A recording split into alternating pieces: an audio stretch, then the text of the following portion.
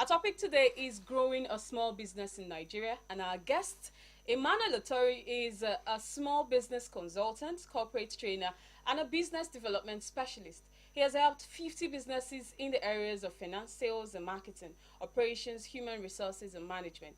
He has trained and delivered presentations to over 1,000 entrepreneurs. His new book, The Small Business Solution, is the first book that explores the need for an organized SME sector.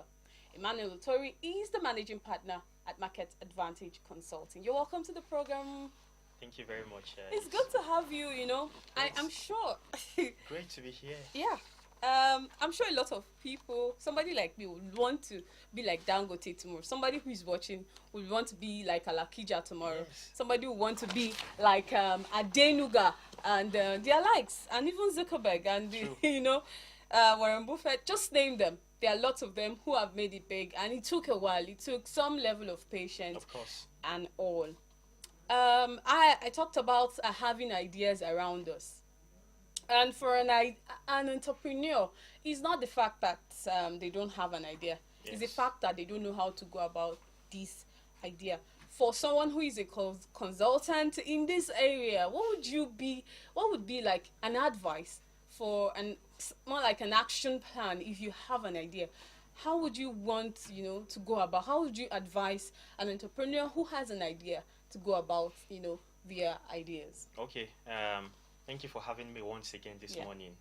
Yeah, there are lots of people actually who have different ideas. There are people who have ideas when it comes to shoemaking, leatherworks. There are people who have ideas when it comes to fashion. There are people who have ideas when it comes to tech. There are different ideas that could actually make one scale in business today.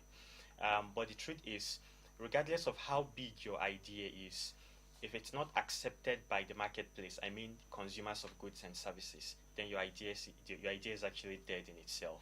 So the most important thing when it comes to talking about an idea is to be able to validate your idea. If I have an idea that if I start producing a nice shoe, people would like it, how have I been able to prove that people would like it? I could come up producing 1,000 units of shoes and I take it to the marketplace and people don't like it, they don't buy it, and there could be many reasons why they don't like it. One, maybe they don't like the color, maybe they don't like the shape, and three, maybe they don't even have the money to buy. So the best thing to do when you have an idea is to go into the marketplace and experiment.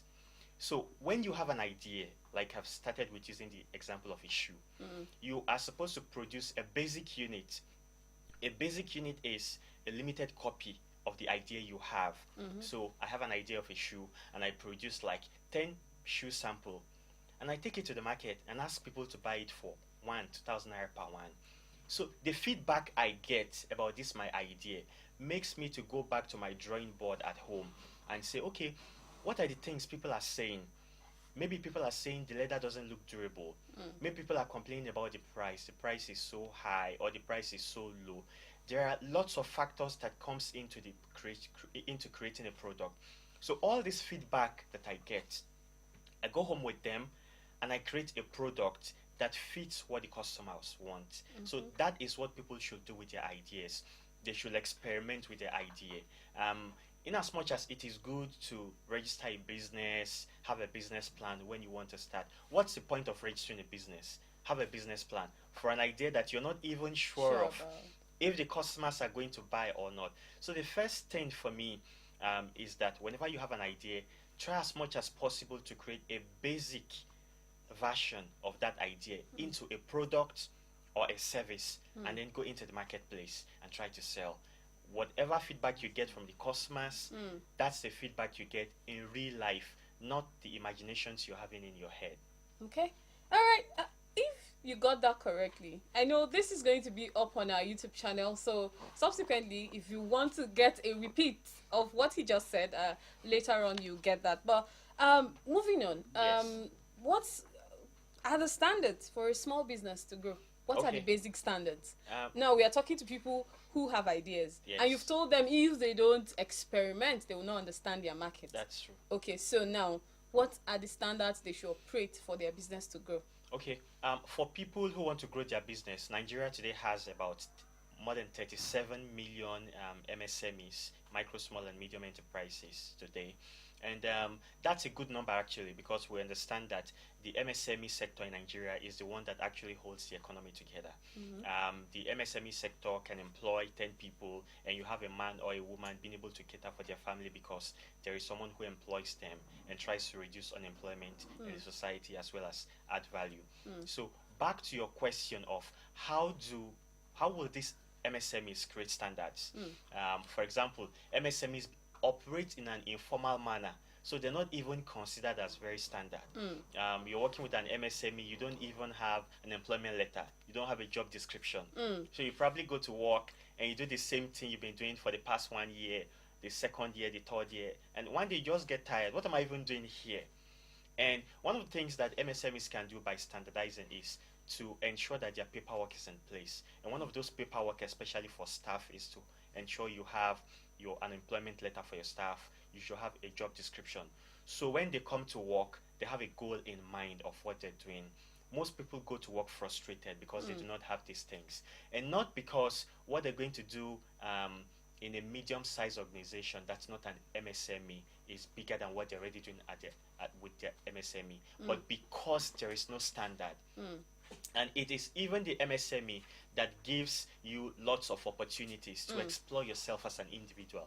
But if there is no standard, you probably will not even believe in the ideas of what's growing that business. So secondly is a financial statement. Most MSMEs do not keep records. When I say records, they do not keep the records of how much are they using to run their business on a daily basis. How much are they using for their fuel, their transportation? We call it running costs or working capital. Then how much is coming in as revenue? How much are you generating per month, per day, per week, per year? All these things are things that makes up your financial statement. What if you're not even generating? Yes, it's very possible.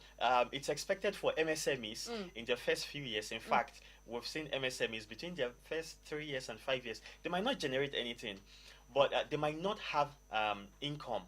But let me clearly make the difference between cash flow and income. Okay. Cash flow is the ability to be able to bring in cash. You might not be making profit. You might not be making profit, which would eventually lead to your income. But cash flow is we're selling for 100 naira and we had 20 customers that bought today that 100 naira. You know, we're not making any profit. We're just being able to sell the things we have produced. So if you have cash flow, your business is very promising that it can eventually translate into profit. Worst case scenario is if you're not having cash flow. That's people are not demanding for your products and service. The business is already dead. But if you have cash flow that people are buying, you know that, okay, you're getting your capital. You're just not making profit. So it's very promising that producers of goods and services in the MSME sector need to understand the importance of getting to sell. So the key thing is demand, not profit. In business, we say that cash flow is like air and profit is like food. Okay. Without food for some days, you can still live. Okay. And that's what profit is. Without profit for some years, your business can still survive. But we say cash flow is like air. Without air, in minutes, you're dead. So most important thing in business is to ensure that you have this cash flow of a thing, to ensure that customers are always demanding for your products or your service wherever they are. And the internet has even made it very, very easy for us. Whatever you're selling today, you don't even need to have an office as an MSME.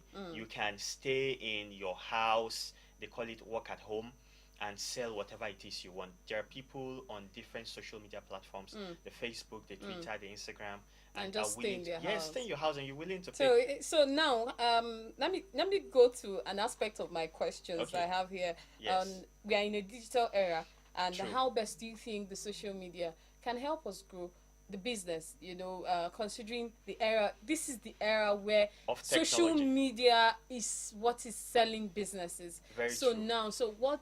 Maybe tips. Let me put it Okay. like that. What tips do you think people who have small businesses can use to sell their businesses through social media? Owners of small businesses today need to ensure that they're properly represented on social media channels.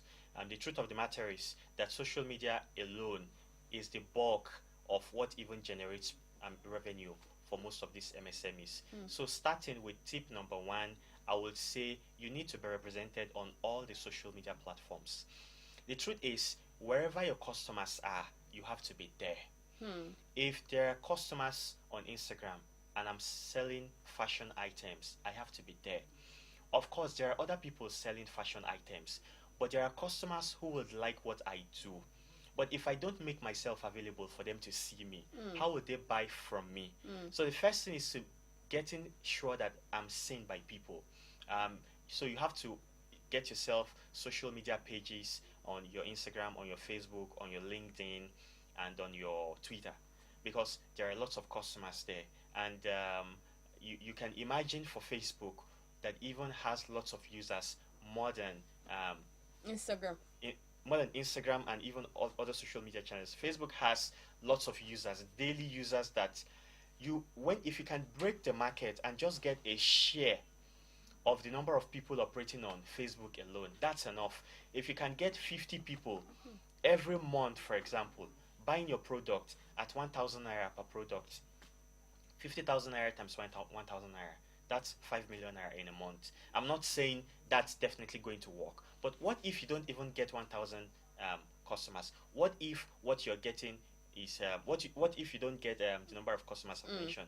Even if you get just 20 customers in a month, and your product is, for example, 2,000 naira. For a start, that's good for you. So that's tip number one, to get yourself on social media channels. Most micro, small, and medium enterprises are also denying themselves of the opportunity to scale. Most of them do not have websites. And because they do not have websites, how can I locate you? If I hear about your business or I'm thinking of getting something, the first thing I do is to go online and search. So I might go online and say fashion businesses in Nigeria. Or if I am based in a state like Osun State, I will say fashion businesses in Osun State, because I'm trying to buy fashion items. It is only when your website is represented that a search engine can display your website. Then I can click on your website to locate you and buy what I want. But if you're not represented by having a website, how do I locate you? Second thing is to have a website. Then the third thing is, sorry, let me cut you on the website thing. Yes. Sometimes when you go on people's websites, yes. you actually do not see anything to describe. Okay. They have the website, quite Yes. alright, but you don't get enough information on like what you have come for. Yes. How do you think they can work on that? Okay, the truth of the matter is, most MSMEs do not understand what's called content marketing. Content marketing has a lot to do with what kind of things are we putting out there for our prospects to see them. If we're selling fashion items, we should be able to display some of the fashion items that we have produced in the past years on our social media and even on our website for people to see.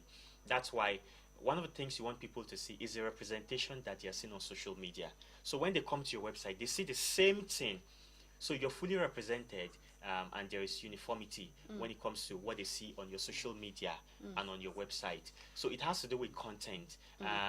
Some businesses go for conferences or interviews like this, or an expo or a trade show, and they're not putting those pictures on their website, forgetting that those are contents that customers actually need to see, that will make them sell their products. So when it comes to content, the micro, small, and medium enterprises, the owners of these MSMEs, need to understand that video, audio, pictures are all content, and they have to be displayed wherever they can find these customers. Now, let's come to the part of actually making profit. Okay. Making profit is, no matter the passion, I think that's like ultimate, because you need to eat, you need to look good, you need to take care of people around you, and you need to do some other things that you want to do in life. That's very true. So, for every entrepreneur, how do you think they can maximize, making profit? Okay. For an entrepreneur, profit is actually very important. But when you're starting a business, you shouldn't look at making profit at first. If profit is your aim, you probably would burn out and get frustrated when the profit is not coming. Because when you create your product or service, it needs to get into the market. Then the market needs to accept it. It is when the market accepts it, because they start seeing your product maybe every day on their way home or on their way to work, then they start to accept, then they start to buy. If I produce a bar soap today, imagine all the number of brands of bar soaps that people already know. So it will take a while for people to say, oh, let me take a chance on this bar soap. What if they buy this bar soap and it starts giving them rash on their body? So it takes a while and a lot of exposure to people before they start to buy your stuff. So, but when you put it out there, let your goal not be profit. If your goal is to ensure that, okay, whenever people use this product, I want Standard. I want standard. I want it to be that it's adding to the value of their lives. So when people see that, oh, this product is actually better than the other ones I've been using, then they switch to your product. So first thing is quality. Produce quality product or service, then try to sell. So let your goal not be profit. But of course, how do you get to make profit?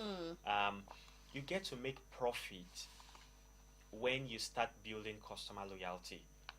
It's only when the customers become loyal to you that you start making profit.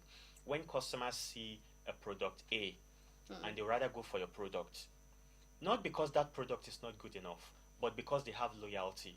So they would rather go for your product rather than that one. And the moment customers start buying your product, the next thing they want to do is they want to tell their friends. There's a saying that a happy customer tells their family and friends, but an unhappy customer tells the world. And that's the reason why your product has to be good. If I bought your bar soap and your bar soap is good, I'll probably tell my friend that, oh, that bar soap I bought, it's really nice and it washes really nice, and I feel really good with my body, and it even has some fragrance after using it. I can tell my friends. But an unhappy customer that uses your bar soap and it gives him rashes and all other things, he tells the world, he says, that product is bad, it's poor.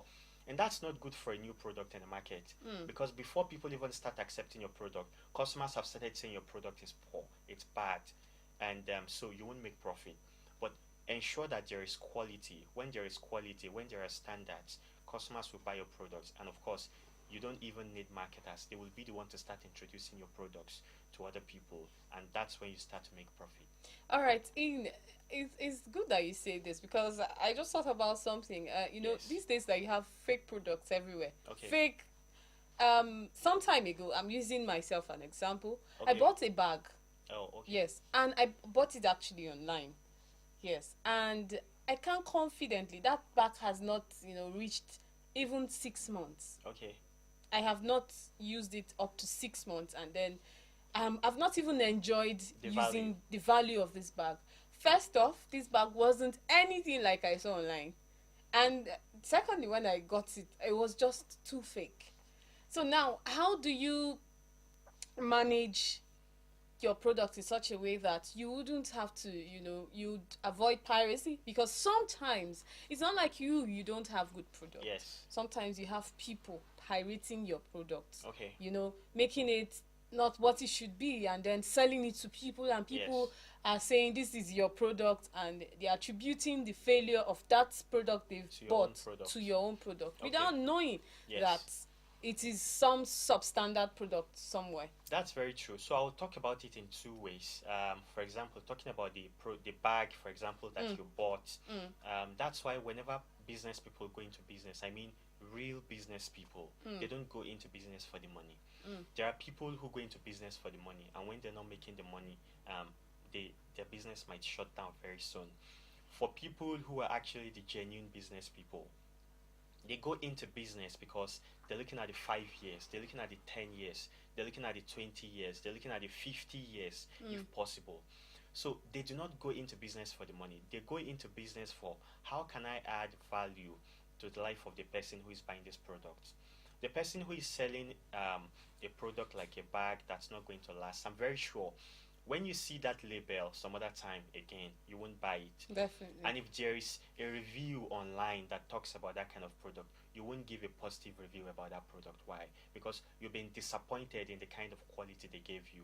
Talking about a leather material that's not even going to last for more than 6 months. That's not good enough. But long-term dreaming or vision about your product or service is what makes people to develop the right product and the right service for their customers. So, and it has a lot to do with integrity. People with integrity, people who are honest, will actually go far in business because they give the customers what they deserve. In fact, we're supposed to produce for the customers beyond what they can pay for. When you produce for the customers beyond what they can pay for, the customers will keep coming. If that bag were good, I'm very sure you would buy a second one and very likely introduce it to your friends because the bag is durable. But now because it's not durable, they've lost integrity and the brand won't sell again. I can't tell my Sell friends a and friend family. again. Now you've actually sold them in not too good a way because you've just talked about the bag now. And wherever you go, you're likely to talk this way. Not because you have anything against them, but because they served you a product that's not good enough. Now, for people whose products are being copied and produced in a substandard manner, I think what people should do today is to raise awareness campaigns about what's important about your product. Every product has something that's important about it. Your brand is actually very different, and no matter how another person or company wants to copy your product, there are things that stands your product out, like your logo. There is a way your logo is produced that the other person producing a substandard product cannot copy it. Those are things that you should make very obvious in your adverts so that people can see that these things are quite different. You can even have barcodes on your product for people to see how it's different from the one that's fake. So there are many ways to go about doing this campaign so that people can differentiate the fake from the original. And then when you create this campaign, it will be easier for your customers to understand that it's not you that's producing that product, especially when they've had personal encounter with you. So I also tell entrepreneurs to try to have a one-on-one whatever opportunity They get.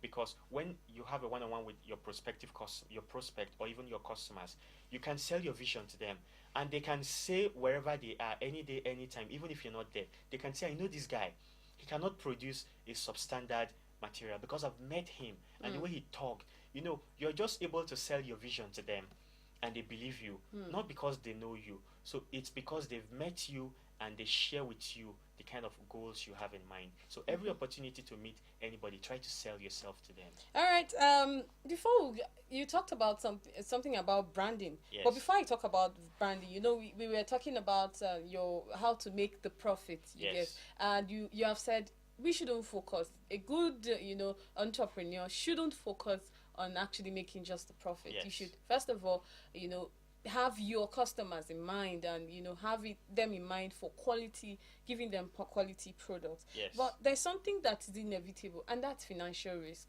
And you also talked earlier about having what's it called, making sure that your money is in place, and of course that there should be cash flow somehow. Yes, true. So how does an entrepreneur manage financial risk that is definitely bound to happen? Okay, there are always going to be risk in business, and then one of the things that we advise that people do, and most especially when it comes to your business plan that you're beginning to put structures in place, is to evaluate the risk and then look at how you can mitigate this risk.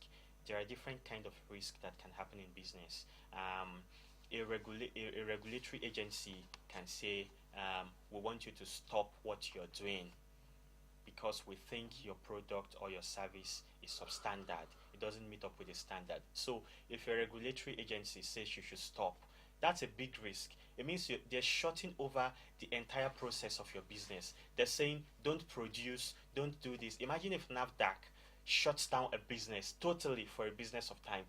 It means that business, until they sort out that issue, they're not going to make profit. In fact, they're not even going to make capital, talk less of profit. And that's a big deal. So you should consider those risks. And one of the ways to consider them is, okay, how can you collaborate with these regulatory agencies to ensure that you're in line with all their standards? Because if you're in line with all their standards, they won't just wake up one day and shut down your business.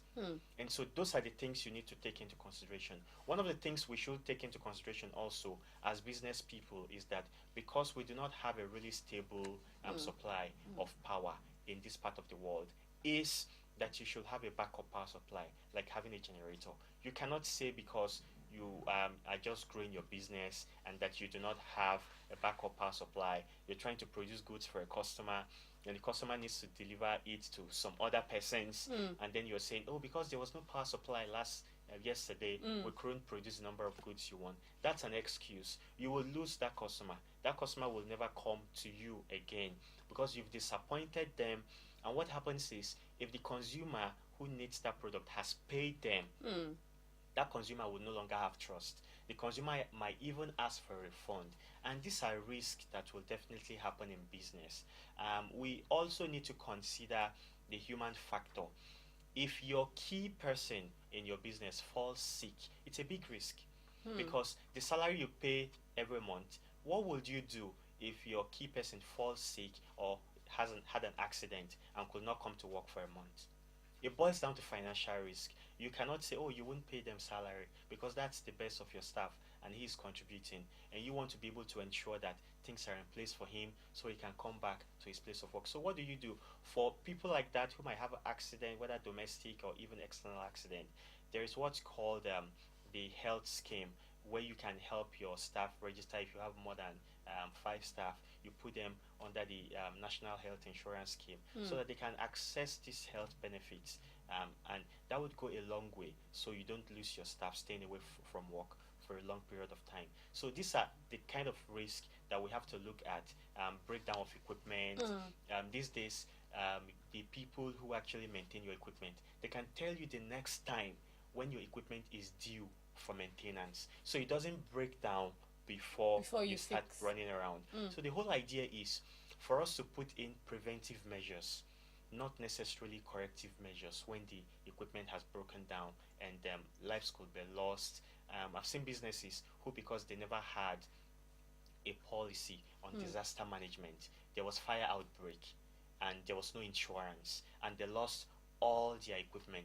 Thankfully, they did not lose any life, but they lost all their equipment worth between 5 and 10 million naira, and that's going to take them a number of years again before they come back and start to do what they need to do. So beyond financial risk alone, we need to take an overview of all the risk related in the business we do and look at ways to mitigate this risk. And then what if all your capital goes down the drain one day? What do? You need to start asking yourself, who are the investors you need to meet? Since you've already built a product, you built a name, you need to look at investors that can inject money into your business so your business doesn't fail. So these are different things that we can actually do to ensure that a business does not go down the drain when the issues of risk come up. All right. I talked about branding. Yes. How do I brand?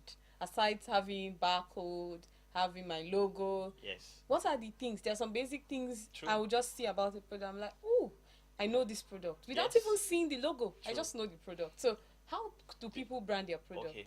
Here is how to brand your product. If you're going to brand your product is actually a statement that whenever your customer sees that product, the symbol anywhere, it tells them that, oh, this is quality, this is durability.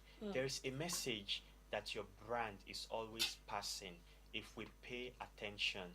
There are symbols that we call logo of car brands today, that when you see those logos, you can say this is this is that, this is this. Why? Because those logo, it sends a message to you. There are car brands that when we see those car brands and we understand the part of the world it comes from, we say, okay, this car represents durability.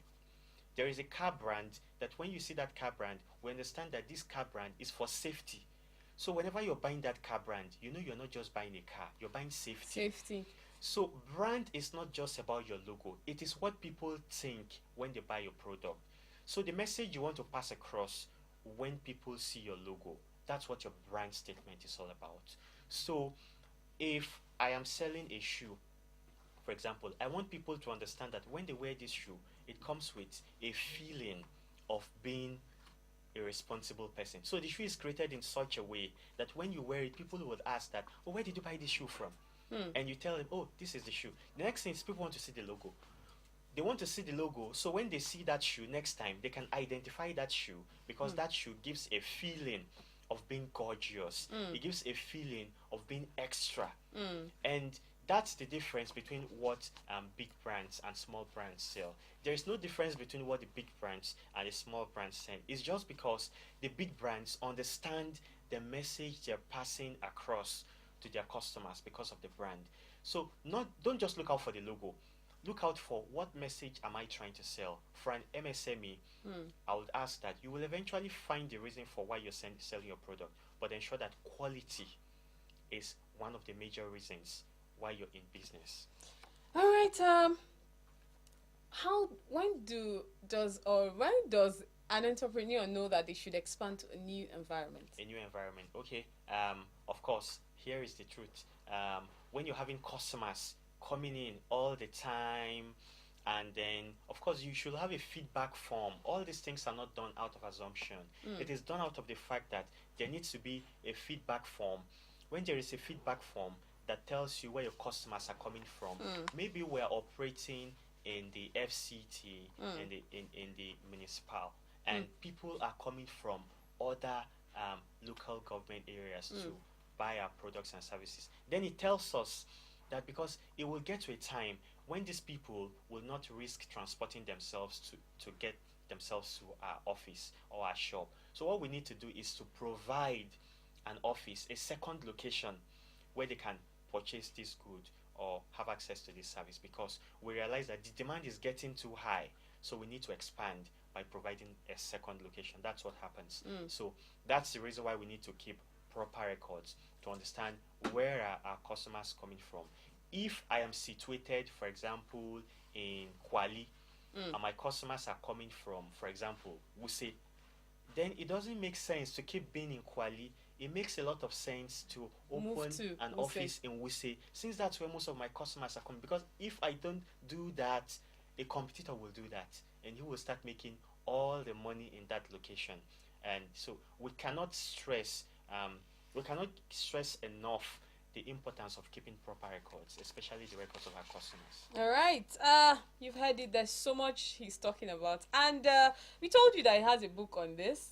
But before I introduce this your book for everybody to see, and of course get to buy it and get details of some of these things you said here. There is an aspect of business that has somehow killed some businesses today. It's not like their product is not good. It's not like it's not affordable. It's the attitude.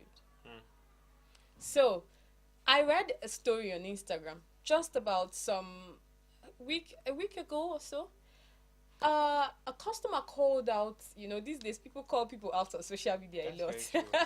So a customer called out a wedding bridal designer and all that on Instagram, and was like, you did this to my dress. In fact, you're supposed to give me my dress a week or two before to check fittings and all that and this, and now you've not given me my dress. You've not told me anything.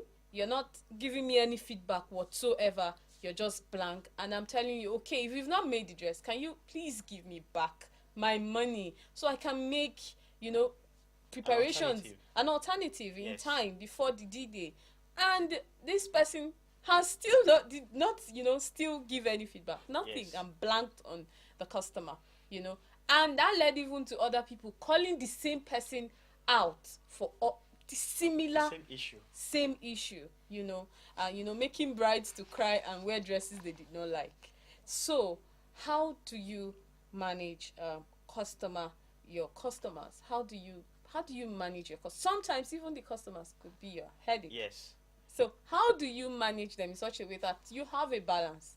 You're giving them what they want, and you're making them give you what you want. I've always heard this thing about the fashion people and how they disappoint all the time, and it looks like it has become a culture. It's more like it's a trademark. In fact, I saw one picture recently where what I ordered versus what I got, and it was so funny because the dress did not look like anything. What it is. And if you can't do it, I feel you can't do it. Why should you ask the customer to pay? And so here is what I think customers should do, especially when it comes to fashion. For me, here is what I do. If I have a material I want a tailor or a fashion person to put together for me. Here is what I do. I tell them, I need this material in 2 weeks. Mm. I know my 2 weeks is about 4 to 6 weeks. That's a month plus. But within those 2 weeks, I will ensure I put calls through to him, to text him, and to ensure that he gets my stuff ready in those 2 weeks. Mind you, I understand I need that material in a month plus. So I think that's what people should do. People should adopt this, and then you start. It's a Nigeria thing. I don't Yes. know. It's If you don't do that, you probably won't get your stuff on the day you need it, and that's the reason why we get these disappointments. So I think that's the best standard that we can put in place to ensure that we get that which we want. what we want from the tailor or the person who is in charge of putting our clothing materials together. But here is what I think that the customer needs to do. The provider of the service needs to do. If you think you cannot meet up with a deadline, ensure that there are alternatives. Ensure you tell them, look, I cannot meet up in 2 weeks' time. Don't tell them when the 2 weeks is already getting done. Tell them in the first week when you realize that you probably won't meet up, and tell them and apologize. So they understand the situation they're getting themselves into. But what most people do is they don't even show up, they don't pick calls, they just disappear into thin air. And when you try to reach them, and eventually you reach them, it doesn't even look like they've done anything wrong. It looks like, so what? I have lots of customers. Are you the only one? How much are you even paying? Even if the customer is paying 1 naira, the 1 naira the customer is paying is a lot to him, because there are alternatives. He could have gotten other persons and paid them that same money, and they will have delivered. So a customer is paying you because of trust, because he believes you will deliver. Now, because that trust is already flawed, you're no longer delivering. The customer is not happy. He tells lots of people that he's no longer confident in your product or your service, and then you think it's nothing. Over time, when your reputation begins to decline, then you have an empty shop. You have a shop or an office, and nobody's patronizing. And it's easier for us in this part of the world to begin to say, oh, it's spiritual problems. Now you have to do this and you have to do that. Forgetting that one person who is not okay with your service tells between 10 and 100 people. Number 2 person tells another between 10 and 100 people. How far do you want to go with bad reputation? And that's the reason why it's very important that we put together our house in order, which has a lot to do with honesty. You know, people think coming up with a corporate culture is a big deal. No, it's not a big deal. Coming up with a corporate culture has a lot to do with the individual. If I'm not an honest person as an individual, that's the attitude I take into business. If I'm an honest person, it's the same attitude I take into business. It's not different. So here is what the advice we have for service providers and people who create goods is that we need to work on our value system. So if you're a person of integrity, more like a mindset thing? Yes, a mindset thing, because in this part of the world, we do not think those things matter. We just think we can do anyhow because no one is noticing me. But imagine if 10,000 people have already heard that your product is bad. All right, thank you so much, Emmanuel. There's something I've had in my mind to ask. As regards, there's a thin line between actually having a good remuneration for your staff and, of course, actually getting quality staff. Yes. There should be a balance. What do you think about this? Okay, well, in some of the recruitment I have handled for some corporate organizations, one thing I can tell you is that it's really very, very hard to get the kind of staff that you want. There were times when I've done recruitment for an organization that needed about 10 people, and we got about 500 applications, and there were different selection procedures that helped us trim these 500 applications to 30 people. We only got to interview 30 people, and out of the 30 people, we realized we only needed 7 of them. And so that's a process that went through serious procedures to ensure that we get the best. Why? Because today people tell you they can do this, and eventually you realize that they can't when you tell them how to do. So the best way to actually get the best staff is, one, to ensure that you place them on the job.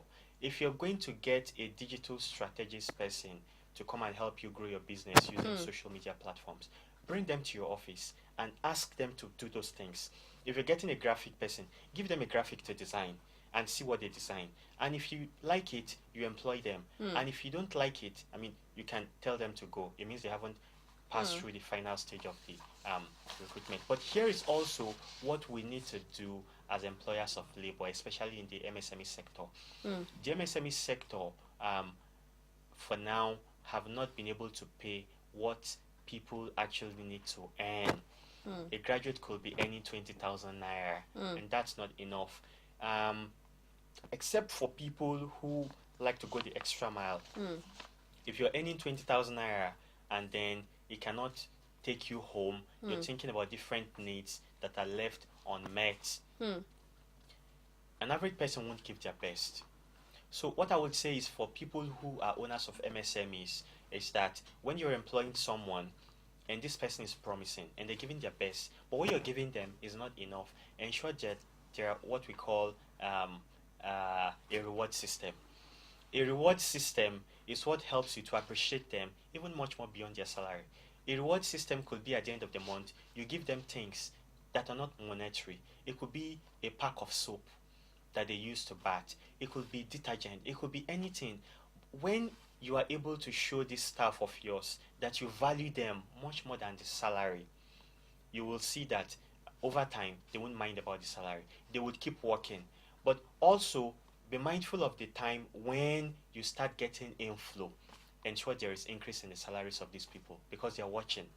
They're enduring for you when salary is still at the base. Now you have good money to pay salary, and you're not paying them. Before you know it, they will switch to the next available job that might not even pay them better, but has good conditions. So at the end of the day, it's about the good conditions. Do you make your staff feel like human beings, or you make them feel like non-entities, mediocres? And some people work in places where when the boss is coming, everybody's running around. That's not a working environment. That's a prison. So as owners of MSMEs, we want to be able to create an environment where you're free with your staff. Let your staff come directly to you with feedback. There's no need going to the secretary. Let them say, I discovered this thing and I think this is what we can do. The moment your staff stop talking to you, something is wrong. You should ask yourself, why are they not talking to you? It means they don't feel free to express themselves to you. But in an environment where your staff feel free to express themselves to you, you will see they will just come forward to you. They'll tell you, this, I think this is not good, and I think this is what we can do. And your staff are the ones that actually have the best of opinions and suggestions. Because as the boss, a day comes when all your ideas and suggestions are no longer coming up again, and you have your staff. And at that point in time, you don't want your staff to be quiet. So we expect good service from a candidate who has gone through a rigorous process. We also expect a reasonable pay from the business owner. That's a whole lot of things all in this segment. And if you're watching, I believe you've learned more than enough. But if you want to get more, it's not an advert. I think I've read through this book. I have the soft copy, and I feel you should get it. It's titled The Small Business Solution: What Every Entrepreneur Should, know. And it's written by him, and you should know a lot of things. You should get to learn a lot of things from this book. So if you're interested, you can call out on you can actually reach through our social media platforms, to get information on how you can get this. We can give you feedbacks on how you can get this book. So, Emmanuel, thank you so much for coming on the program, and we're looking forward that you'd come some other time, to come and share your wealth of ideas and, all that you know with us. And I believe you've learned quite a number of things. And at this point, we'll be going on this short break. And when we return, Hello Africa continues, and we'll be talking about a very interesting country today on Africa in Focus. So stay tuned, and when I return, I'll tell you more about that country. Stay with us.